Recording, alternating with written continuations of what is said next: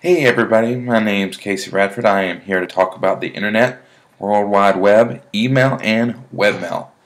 Um, First off, let's start with the Internet. Internet is basically a network of networks that's this massive network out there that basically allows any computer that's connected to the Internet, which is part of that network, to talk to one another. And that's a way that we can transfer information back and forth to one another once we're all connected.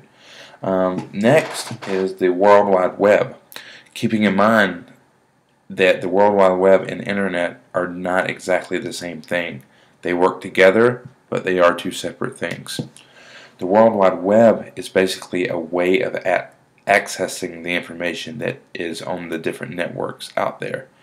It uses a protocol, which is basically a language, if you will, of the Internet, and that protocol is HTTP. And basically we use web browsers that allow us to translate that information, that protocol, into something that's more visual for us. There's links and there's hyperlinks and videos and graphics and images and all different types of things that run through our web browsers thanks to their capability of transferring that HTTP protocol in something that's a little bit more meaningful to us. Web browsers are the most popular that I can think of are Internet Explorer, Safari, and the Google Chrome web browser. These are used to simply access the web pages. Email, we get into a little bit different language as far as the protocols are concerned, keeping in mind that there's not only one protocol on the Internet, or one protocol, there's more than one. Let me just say that. So we start with the email, which uses a simple mail transfer protocol, which is basically known as SMTP, and this protocol sends messages. It sends messages from one email server to the next. So once you click send, it goes off into the SMTP protocol and it's moved from server to server. Next we have the POP protocol, which is a receiving protocol for email.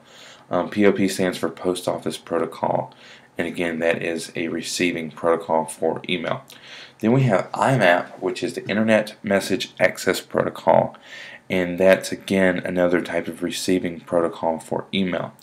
Now let's talk about email a little bit more in depth in regards to email versus webmail. Sure, it's the same thing. An email message can be read in many different ways. Some of us use, if we're on Mac, we have the Mail app that lets us sign into multiple accounts. All of that is downloaded to that email program once we're connected to the Internet. Another way is we might have Outlook, or some of us might use Lotus Notes. And again, you sign in to all your different accounts. You select what type of protocol these accounts use, and then it will download your messages into that particular program.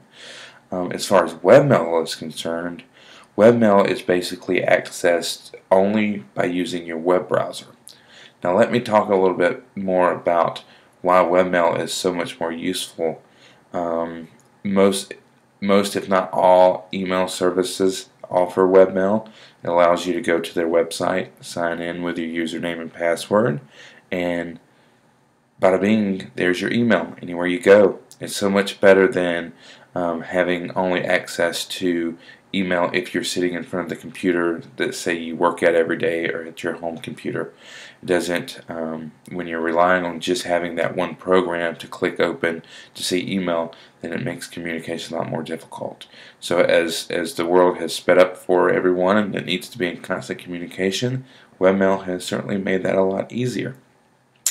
So as you can see by talking about Internet, the World Wide Web, email, and webmail, we see how they're all interconnected. Without the Internet, we wouldn't have the World Wide Web, we wouldn't have email, and we wouldn't have webmail. And without email, we wouldn't have the need for webmail. And without the World Wide Web, we wouldn't be able to see anything that's out there on the connected computers of the Internet. So these four items are very important to communication today, and you can see how they're all interconnected, but not necessarily the same thing.